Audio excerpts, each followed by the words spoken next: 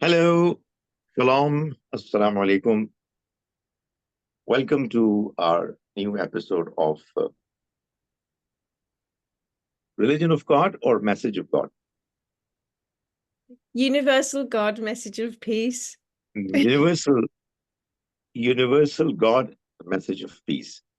Uh, we are going to have a presentation from Rabbi Weissman on religion and law. The idea that we are putting across is that we people belonging to different religious traditions have so much in common and so much to share that at times it's surprising that we do not talk about commonalities. And we are doing it in the hope that this discussion of common grounds is going to enable us to reach out to many Muslims, Jews, and indeed Christians, as well as other people of faith, people belonging to other religious traditions, and to start seriously thinking that we need to talk to each other uh, more sympathetically and politely and celebrate our commonalities. And maybe, yes, at some time later in our discussion, also talk politely about our differences. That's the only hope that we have for bringing this world to peace and a long term solution to the challenge of diversity. So I'm looking forward to another presentation of wisdom from Rabbi Weissman, which I hope you're all going to enjoy. Okay. And thank you for the introduction. And I think it's nice that we kind of remind ourselves of the purpose. That's a very good idea. I have to tell you that the idea I have talked about Jewish law and talked about religious law in many contexts. And I think this is the first time, maybe the second or third time that I've actually had a chance to talk about it in sort of in the context with a Muslim scholar. And it's a unique experience. It's a very different experience talking. You're going to find a lot that you're going to find a lot that sounds familiar. You'll find some things which sound very different, some things sound familiar. And I had to really think kind of carefully about the first question, which is first of all, the word for law, the Jewish word for law is halacha, which means literally the way, Laholech means to go. So it's the path, so to speak. It's the path. So even translating it as law is already to restrict it, because normally we think of law as being something that applies only to very restricted areas, or to fairly restricted areas of our life, right? So law applies to traffic, to business, right? But Jewish law, halacha, being the way, right, applies to all areas of life. So not just to business, but also to your private life, to your marital life, to your sexual life, to your to what you eat, to what you wear, to how you speak, to literally every possible area of life. It reaches into anything that might be included in your lifestyle. The halacha reaches into those regions. That's the first thing. Second is, I think, one of the challenges that people have, and I would say for people who are not, well, no, I would say even I think for Muslims and Jews also, is to understand the relationship between our relationship with God and this idea of law. This idea of law. How is this a way of relating to God? And I'm going to say that there are, and I say this with a lot of trepidation.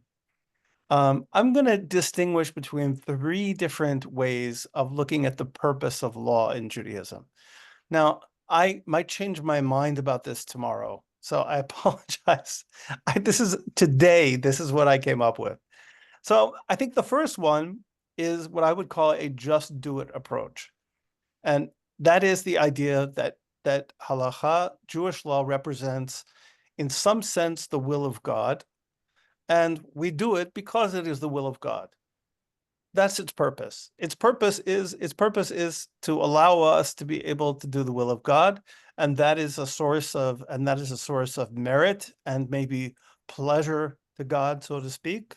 The extent that we can talk about God having pleasure, right? We obviously don't mean it in the same way that we mean with a human being, but metaphorically, in the way that God is pleased by things. So that's the first approach. The second approach is that we recognize, well, look, God does not need us to do anything. God does not need us to do anything, but the purpose of the halacha, the purpose of the law, is in order to help us develop, in order for us to develop our character.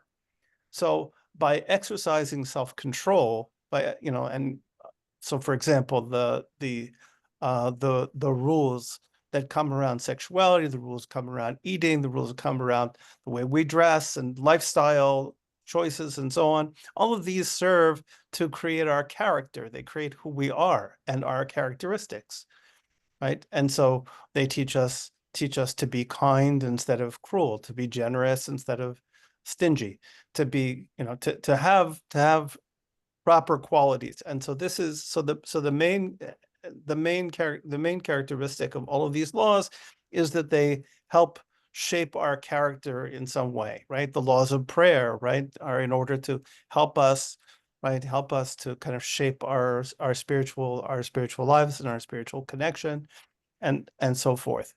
And understanding that there are some things that we're asked that we do not understand, right? There are some things that we do not understand exactly how they transform us, but we understand that God knows our mechanism better than we do. And so therefore there must be some kind of transformative power in those things. The third approach is what I would call a mystical approach, the more Kabbalistic approach, and that is to understand the law as being as being, I'm going to use a fancy word, theurgy, meaning something which in some sense does influence God, in the sense that it opens up the channels for God's presence in the world. That by doing these things, by following the law, we're creating connections to the Creator, right? The word for a commandment is mitzvah, which has one source of that word is the verb tzav, which means to command. So it means literally a commandment. And the Zohar Kadosh, one of the mystical books, explains that all comes from the word tzavta. Tzavta means a connection. So this is a way of drawing a connection between human beings and God, that God, right, in his generosity, wants us to connect to him, so he allows us to be able to connect to him through these mitzvot, and that these commandments, this law, by doing this law, we are influencing not only this world, but we're influencing all the worlds, so to speak, and we're engaged in this. We're fixing the plumbing of the world to allow more godliness to flow into the world and God's presence to be more revealed in the world. And so that's what I would say is the third approach. And all those three approaches are not mutually exclusive. I think that many people kind of partake in all three of them at the same time. So how do we know what? How do we understand what halacha is? How do we know what the way? How do we understand what the way is? And of course, the beginning, of course, is the text of the Torah, and the highest level of commandment is the commandment which is directly revealed in the Torah, right? That's stated in the Torah. That's Torah commandments. It's the highest and most highest level of commandment. Beyond that, beyond the commandments of the Torah, so the law as established in the Torah, there's also an oral law. So we imagine that when Moses is up on the mountain for 40 days, what is he doing for 40 days on the mountain? So the rabbis describe his experience there as not, of course, the Torah says that he didn't eat or sleep for 40 days. And in his not eating or sleeping for 40 days, he was engaged in learning the oral law. And so God would dictate the Torah, and he would ask, what does this mean? What does this mean? What does this mean? What does this mean? And he would be given explanations. And those explanations were delivered from generation to generation orally, and became sort of a kind of oral tradition that explained various aspects of the Torah, or areas of law, or areas that the Torah may have touched on but not have touched on completely. And those oral traditions remained absolutely oral until the 1st century. And the 1st century under Roman rule, when there was a great fear that those traditions would be lost, they were compiled together into a kind of code. I'm not exactly going to call it a code, but into a digest. Let's call it a digest, called the Mishnah, and that was in the 1st century. Then over a period of, and during the same time period, there were also texts compiled, which were called midrashim, which were collections of, whereas the Mishnah was basically legal, there were also midrashim, some of which have legal legal material in them. Most of them have more narrative kind of material in them. And then comes the Talmud, which is the recording of the discussions of the rabbis about the Mishnah for a period of about 400 years. And it's written, if you can kind of imagine class notes, okay? It's written kind of in the form of class notes, which means it's very difficult to read if you don't have somebody who read it, who learned it from somebody who learned it from somebody who learned it, somebody learned it. So in a way, we kind of return to that oral tradition in a way, because even though it's a text, it's a text which is learned orally, and it's almost impossible to read it independently. Nowadays, of course, they have translations and commentaries, and all sorts of things to help you to be able to read it, that didn't exist until just a few years ago. But until just a few years ago, it really would be impossible to pick up a copy of the Talmud and just to read, because it's constructed in such a way that everything is in short form, and you have to you need somebody to fill out to fill the gaps for you. And so the first two sources of the law are going to be on the Torah on the one hand, and the Mishnah and the Talmud on the other. Now, the difficulty with that is that probably 80–90% of the arguments which are made in the Talmud are rejected. Okay. So there are long-ranging discussions about law, right? And many opinions are offered, and many of them are rejected. And many of the opinions are for the sake of argument. They're for refining the argument. That's why, by the way, if you ever see quotes from the Talmud, be very suspicious, because very often, if you quote anything out of context from the Talmud, one of my favorites, it's quite a horrible one, is there's you see somebody quotes the Talmud that says that it's permitted to have relations with a 3-year-old, with a girl up to 3 years old. So this is okay. So this opinion, right? This supposed opinion. First of all, it's a misstatement of the opinion. The opinion is that up until 3 years old, it's not called intercourse, right? It's not called intercourse. So why is that?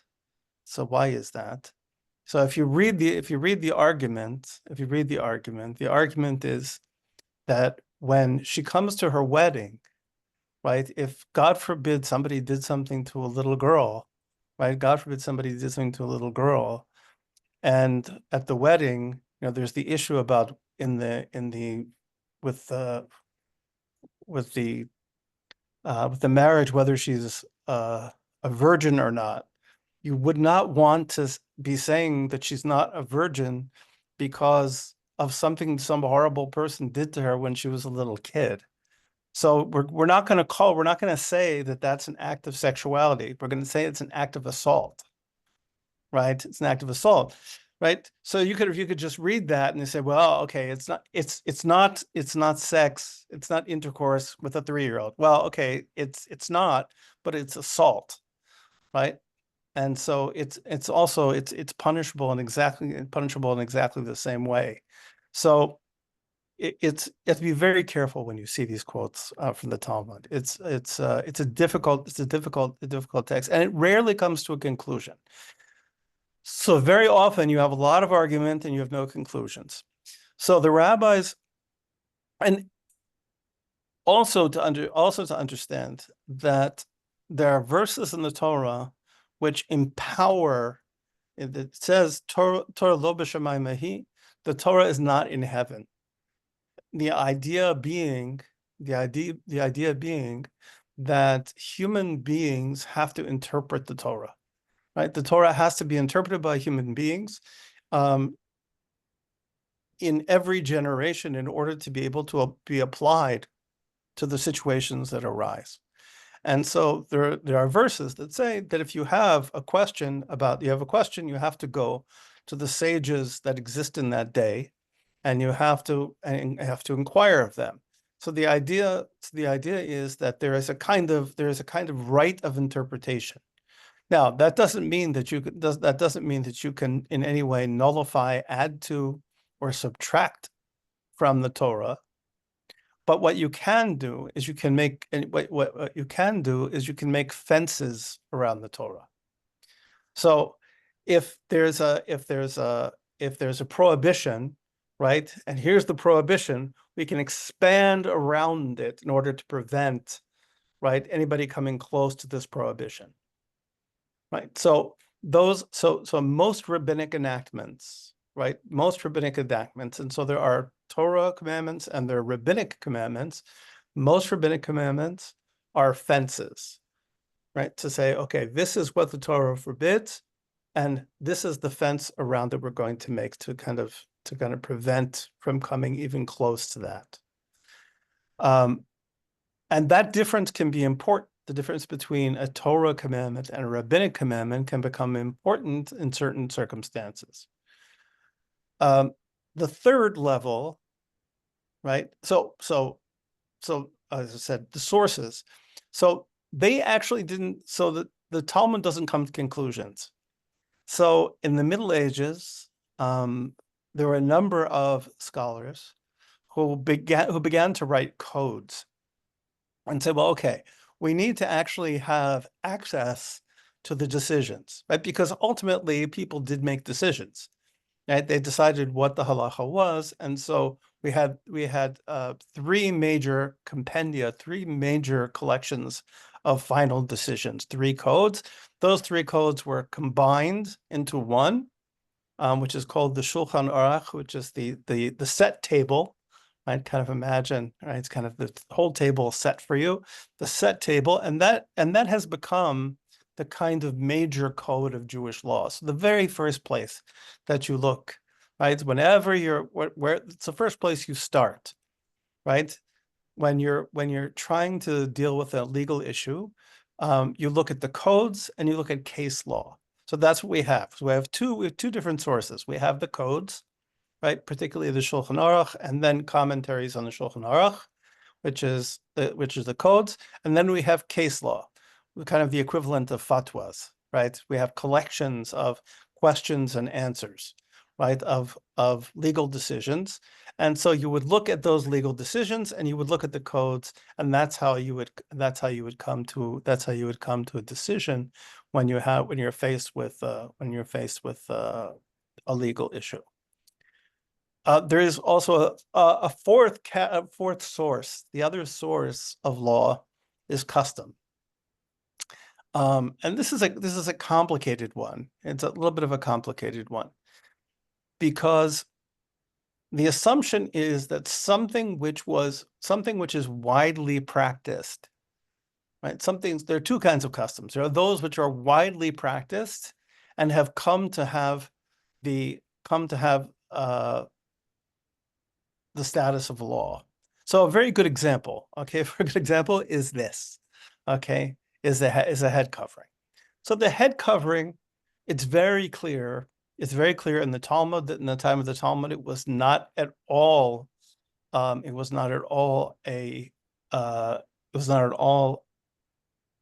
legal requirement. It's described as being something which is we say midat chasidut, as being a pious extra, right? Somebody who was extra pious, they would, they wanted to remember that God was above their head. So if they wanted to, they wore a hat, they wore a turban, they wore something on their head, in order to remind themselves that. And that was a practice of some people who were especially holy.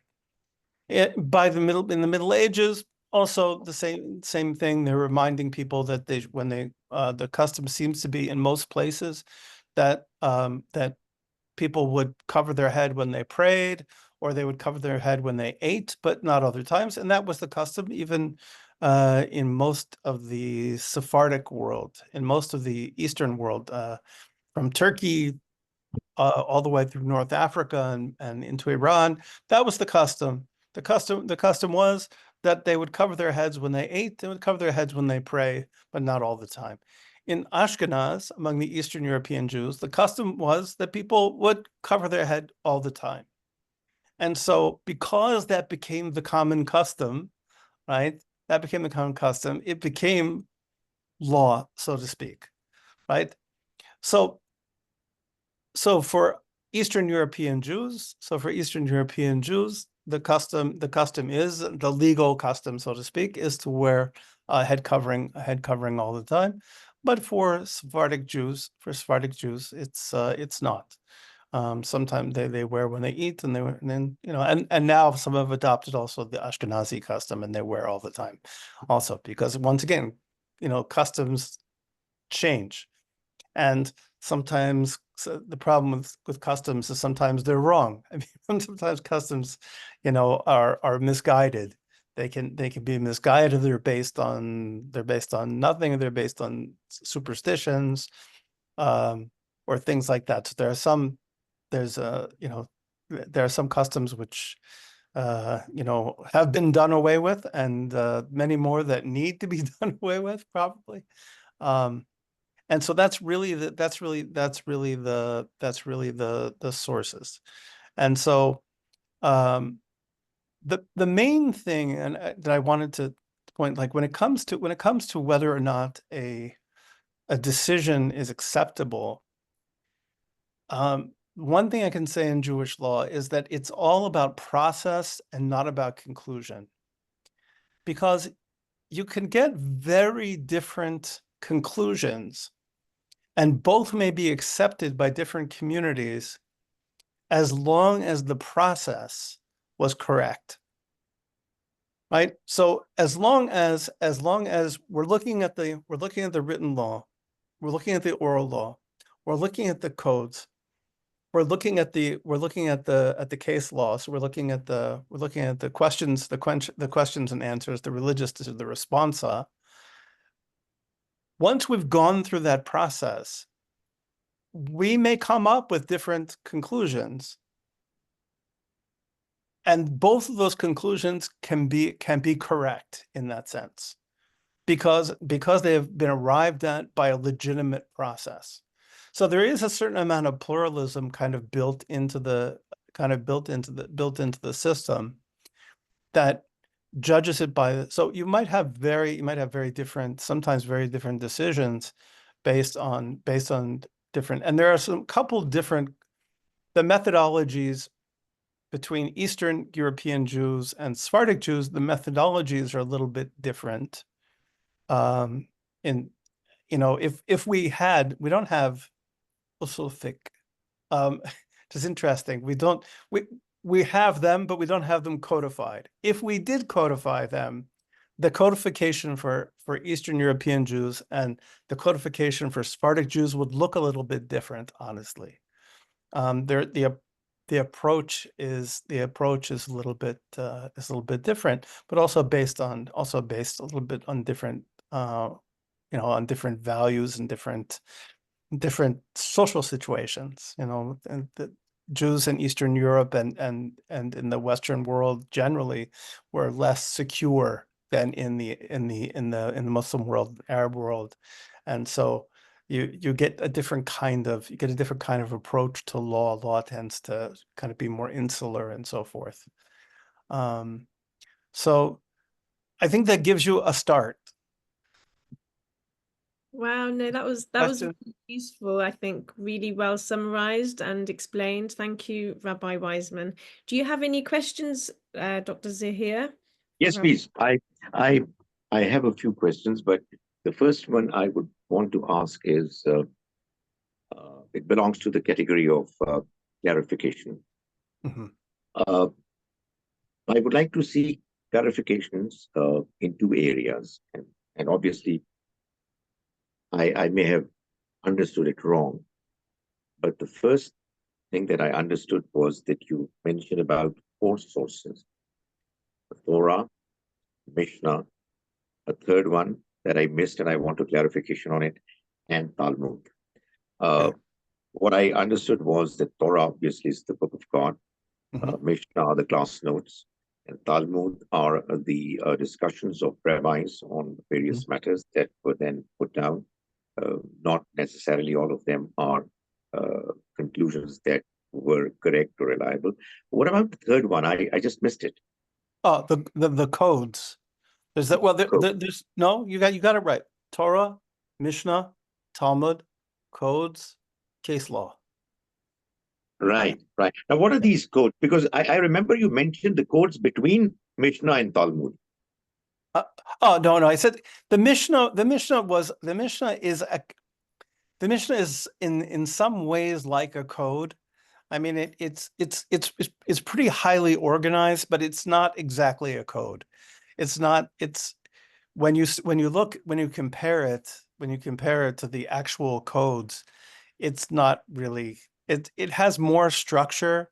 It has a structure, and it kind of covers legal areas in an orderly way, but it doesn't have the kind of it doesn't really qualify as a code. Some people call it a code, but it's really not. The codes are very, very highly structured, very easy to use, so to speak.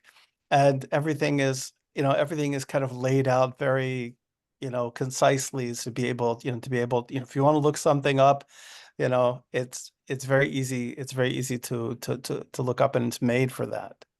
Right. Okay. The second clarification that I wanted to seek from you was that, if I remember it or understood it correctly, Mishnah remained a tradition or understanding that was memorized, was not in writing. Yes. And it lasted till the 1st century AD. Yeah. When, because of probably the apprehension that might get lost, was then put down in writing. What about the understanding regarding Torah? Was it written from the word go right from the beginning? Right. So the Torah was written from the very beginning. There was already written text of the Torah. Again, we don't have because of, because of the preservation of paper, not paper, but sheepskins and things like that. I mean, the oldest texts we have of the Torah are from the Dead Seas, probably from the Dead Sea Scrolls, which are really from around the 1st century. And the texts seem to be pretty much, I mean, are the same as what we have. That I say pretty much because the Dead Sea Scrolls also, there are some texts which nobody ever saw before. There also, which have nothing to do with, have to do with that particular sect. And then we have, and then of course, it's not till the year 1000 that the vowels the vowels are finally fixed in the Torah, because Hebrew is written without vowels. So all of it, so it's only in the year 1000 somebody decides, okay, we need to create a vowelized version of the Torah, to fix that. So until that time, there was of course a written version of the Torah, but it was unvoweled, so to speak. Okay. If you allow me, the next question is, as you mentioned, and it's very interesting, that the process is more important than the conclusion. Yes. And therefore you might find in some cases, probably many cases, that there isn't one conclusion, but several conclusions.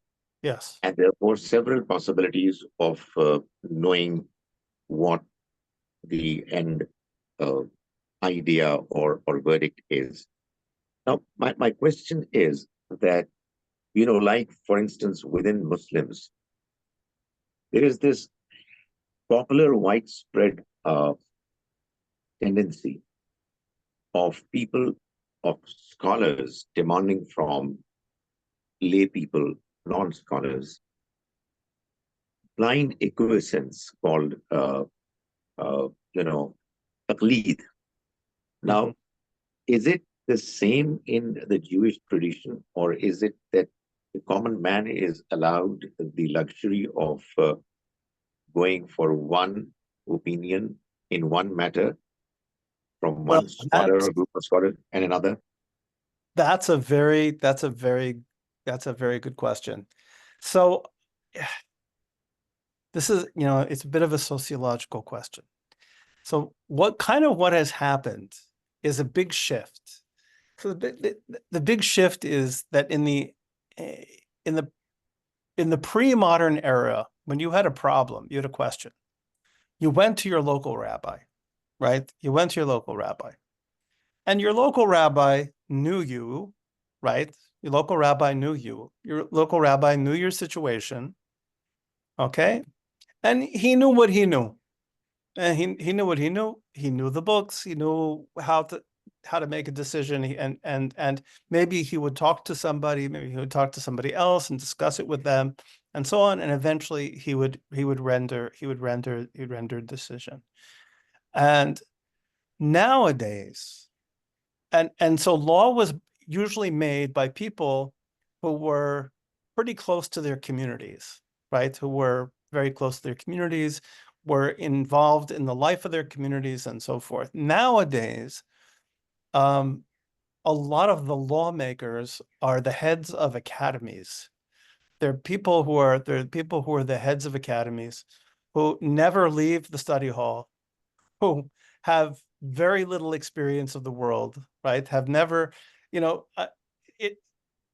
have very little,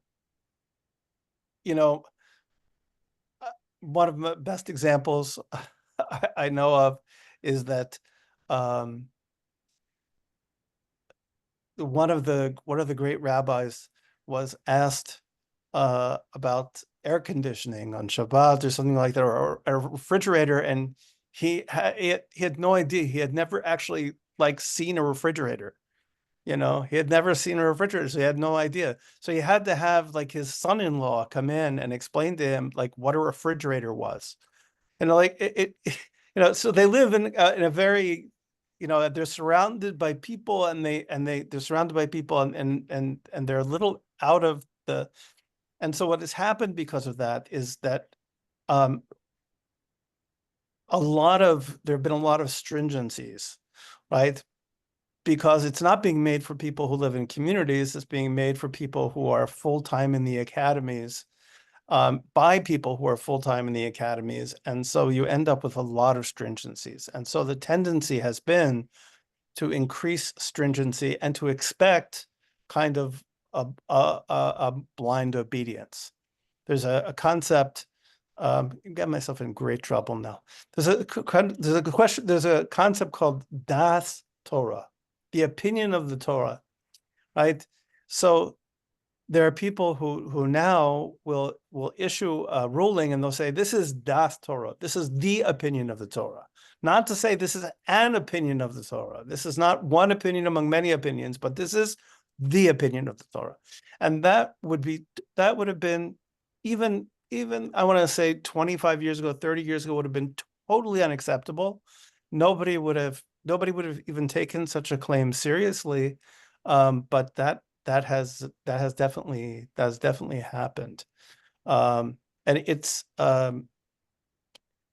I think for many people, it's I'll be very honest with you. I think it made religion very onerous for a lot of people and difficult, because the stringencies become. One of the things is that there's a strategy. So let's say we have a lot of opinions about something.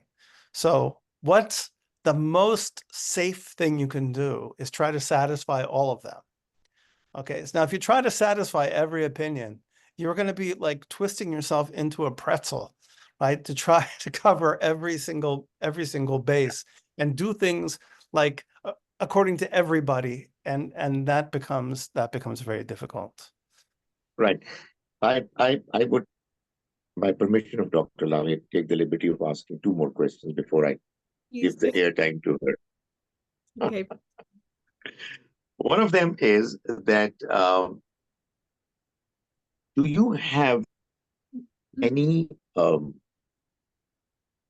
syllabus, training process, academy, learning program, which if somebody goes through, it's only then that he, and another question comes to mind, she is allowed or gets the privilege of being a rabbi?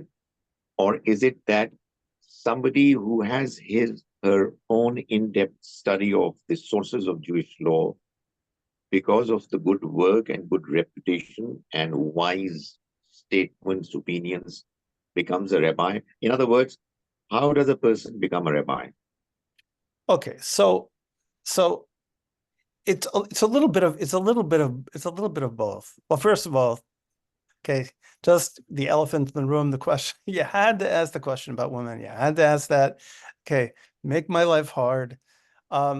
So as of now, there are some, certainly in the non-Orthodox movements, there are female rabbis. In the Orthodox movement, or whatever the range of orthodoxy, however you understand that, there's on the sort of left wing, there has been a movement for women rabbis, and there have been some women rabbis that have been ordained. Some people accept them, some people don't accept them. The main kind of Orthodox organizations don't accept women rabbis. To be honest, I don't think the argument against it is really doesn't hold a lot of water. But for whatever reason, that's kind of where things are now for now. So there are some, but most don't accept them. Certainly none of those head of the academies we mentioned before, they don't accept. That's first one. Second is, yes, there is a process. It's basically, I don't know, in America, if you want to become a lawyer, you have to take the bar exam. right? Which means that there are a couple different areas of law. You have to take the exam, and if you can take the exam, and if you can take the exam and you can pass the exam, then you become, right? Then you can become a lawyer. So you have an exam in torts, you have an exam in damages, you have an exam in contracts, you have and so forth. You take those exams and you become, and it's exactly the same. It's exactly the same with being a rabbi. That in order to make legal decisions, you have to pass the tests. Now the tests can be written, they can be oral. There's a number of different ways of testing, but there are specific tests, specific areas of Jewish law that you have to pass, and it's completely legal.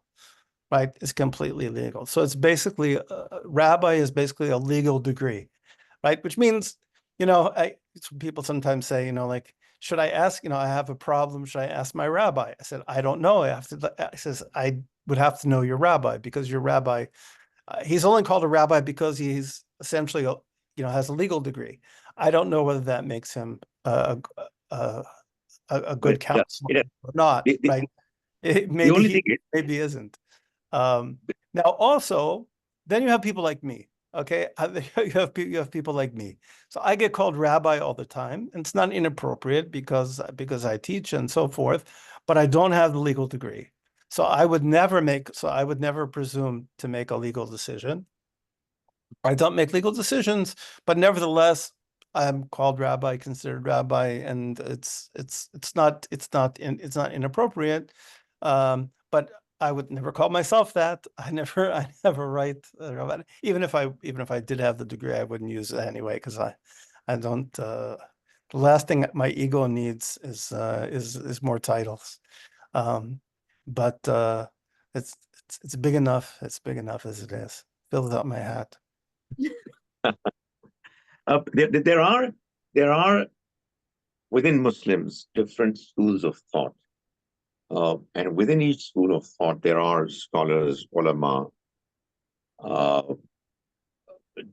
Do we have one unanimous understanding of what kind of training a rabbi must go through, or there are different schools of thought, which therefore would mean slightly different ways of training a person to become a rabbi? Yeah, I think that definitely there are. So, for example, well, let's say there were. I have to speak a little bit historically here. So,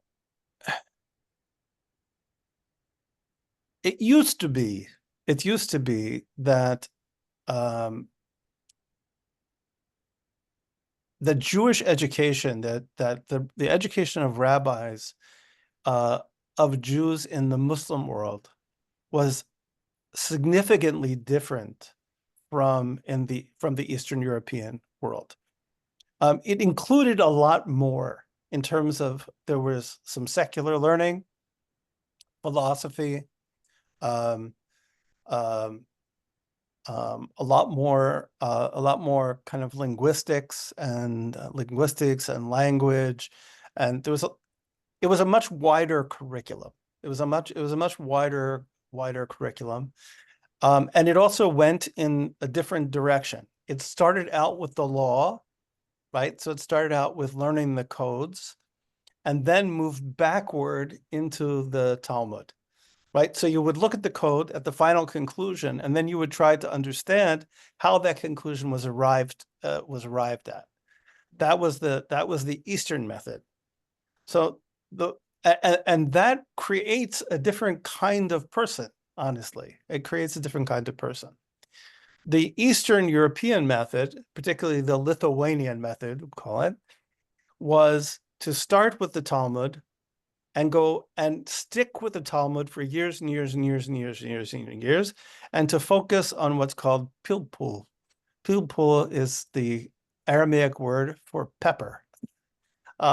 It means the spicy argument back and forth. And so the whole idea was to understand the spice, was to understand like how the argument works. And so it was like dissecting each and every argument and moving very, very, very, very, very, very slow, but dissecting it carefully, every single word, dissecting the argument, and almost never, right? And very little learning of the written Torah, right? A very little learning of the written Torah. So whereas in the Eastern world, they were memorizing the written Torah, right? Often at a very young age, right? They're memorizing it at a very young age. I mean, in places like Yemen, right, they would have it memorized by 6 or 7 years old, right? They were learning the text. In Eastern Europe, they were focusing almost exclusively on the Talmud, and then later, when you wanted to become a rabbi, you studied the codes, right? And so you would study the codes for a year or two, and you'd study codes for a year or two. You'd pass the test, and you become, right, and you have the title rabbi, and you could make legal decisions. Now, the Eastern European method has basically took over, and so the Sephardic method almost died out. Almost died out, and that approach almost died out. It's now coming back. There's a kind of revival now, trying to revive the Sephardi style yeshivot. So those really produced, though, very different scholars. I mean, there's some there. So when you look at the scholarship, you'll see like very different approaches to the same problem, because of the difference in their educations, difference in the way that they approach it. So that's as close as we get actually to a madhab, right? I mean, in a sense that it's that different, right? It can be that different. Right. Okay, it's over to Dr. Lally. It's your turn now. Oh, bless you. Thank you for those questions. Very good questions and very good answers. Rabbi Weissman, I insist to call you Rabbi because you're a very good teacher, and I guess Rabbi means teacher. I do think, we can learn from everything and everybody, and in that sense, everybody can be. There's a rabbi within all of us. There's a student within all of us. I don't like being called doctor. Yes, I've got a medical degree, but actually, once I taught at a school, and one of the girls there said to me, "Oh, I want to be like you. How can I be a doctor like you?" And I said to her, "You don't need to go to university. Just when your friend or your neighbor is upset or sad, be there for them, show a bit of compassion, and you become a healer." So, we all have a doctor within us, and we're all patients as well. So, Okay. So we're all right.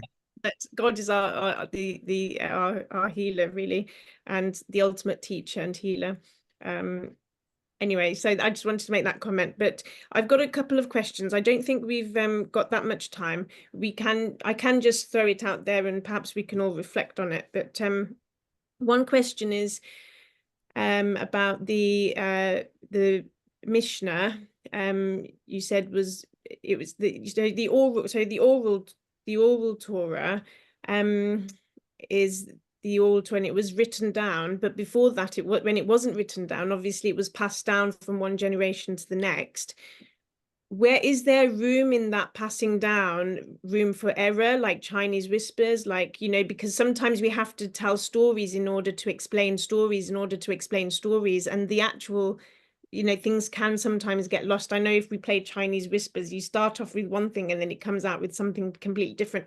Could it have been that by the time it was written down, that there may have been some, changes, and then should it have been written down? And if it had been written down, is the oral law something that should be constantly changing with speaking with each other, adapting to the current societies and the current situations in the societies, rather than, because could it otherwise keep us in, bring culture and tradition into religion, and then we label it as religion? I don't know. I'm just saying, because I see that this is happening as well sometimes in Islamic law. My understanding is that it's easy to get mixed with sometimes a bit of tradition and then you get divisions and sects, and then each sect says that they're right and the other's wrong.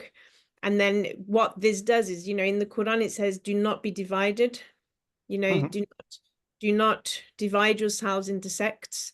But I think what's happening is that people are dividing into sects because they say we're right and you're wrong. And but what you're saying is, you know, there are different ways, and there are different understandings, but it's the process that makes it's okay.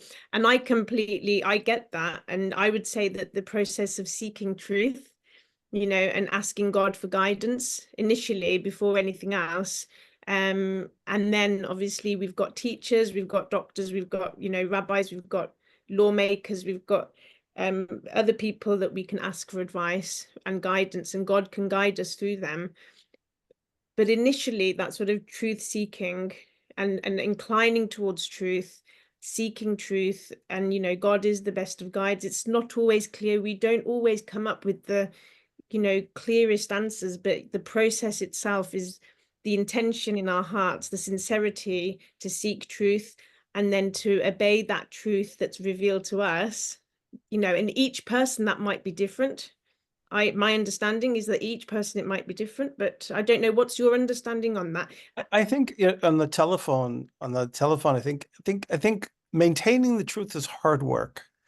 And you know, my teacher, so my rabbi, his picture is up there. My rabbi, you know, I could, if I can trace myself all the way back to Moses. I can trace myself all the way back to Moses through my teacher. And the process by which you learn is very intensive. And I think one of the, you know, we often think of kind of oral processes as being less rigorous than writing, but in some ways it's more rigorous than writing, because writing is, you know, you're not able to test your understanding, right? You're not able to test your understanding, but in a kind of an oral transmission, you're able to test your understanding and clarify and allow the person to clarify your understanding. So I think, you know, I think that in some ways, it, and also it does preserve that the flexibility to be able, you know, when you're teaching, right? Even when you're teaching, you talk about the world around you, right? Because that's what you have around you. So you're going to be applying and referring those teachings to the world that you live in. There's no other way to be a teacher.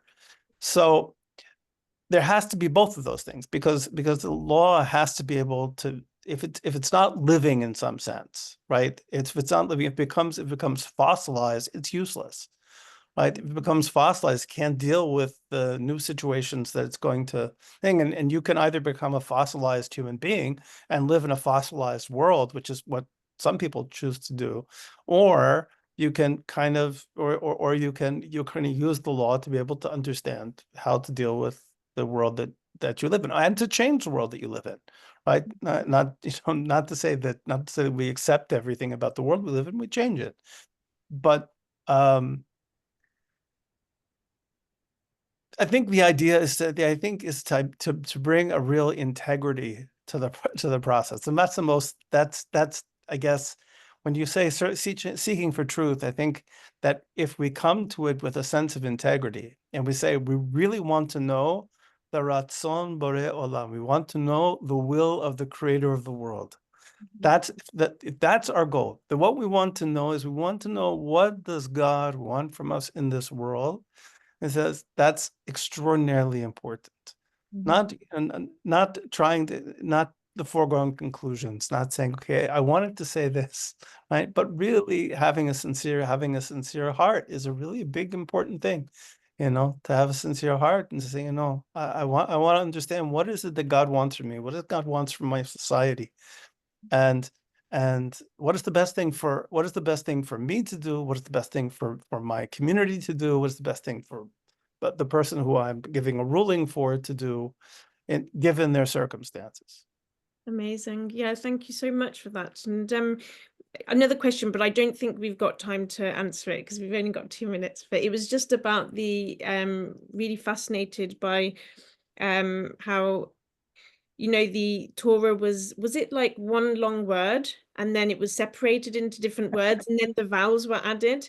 But like, who decided where to separate, who decided where to put the vowels? And could it be that actually by doing so, we are narrowing it down to one meaning when it could actually be loads and loads of different meanings? And that's the beauty of it, because I know the Quran as well is like one word can be very deep and it can mean lots of, 10 different things and they're all correct. But when we're translating it into English and we choose one word, and or like and maybe perhaps it's the similar type of thing, because Hebrew, I've been learning Hebrew and it's so beautiful, it's so deep, and it's absolutely an amazing language, and the Torah, the written Torah, is so beautiful. But is there just one way of reading it? Well, Or it's funny you should say that, because of course in the year around the year 1000, when the vowels, when they put in vowels, of course a Torah scroll still does not have vowels, but when they started to when they completed the vowels and the punctuation, because it was based on existing traditions. It was based on what people were doing and what they considered to be the most choice of what people were doing. But there were people who objected on it on exactly the basis you just said. So wait a second, you're limiting the meanings. And even today, there are some cases where you'll see on kind of variants where they will say, well, wait a second, you could vowelize this differently and it would be like this. it would completely change the meaning in a way. And right. but I find it really fascinating to like dive into that. And actually, I know it's maybe a dangerous thing to do, but to dive into like the possible other meanings, because I think sometimes religion can put us in a box, and actually sometimes we need to think a little bit outside the box, perhaps, and just, because it's a vessel, as you said, it's a way of connecting to God. And and that's a beautiful thing. And I think if the intention is good, I think it's the most beautiful thing if it, with that intention. But is there only one box, or is there only one shape for the box, or is there only one color for the box? I'll end with those things to end with, but Scott, you can. I'll end with something beautiful. So it says there's a line in the Torah that says that I think it's the tzaddikim, that the righteous are banaich, that they are my children. And the rabbis said, don't read it banaich, read it as bonaich, Builders. My builders, right? My builders, right? It says because the idea of the righteous is not just that they're my children, I love them. It says, but they build the world. So there's an example where just the difference of one vowel, right, creates a very different meaning. That it's not about what you're born, it's about what you do. So that's a lovely place to to finish. Thank you so much. Thank you very much. Going through all of that. That was amazing and really, really helpful. Thank you for your great questions, Dr. Zaheer, and for your answers. Looking forward to next week. Thank you. Yes, me too. God bless you both. Shalom. Assalamu alaikum. Inshallah. Wa alaikum assalam.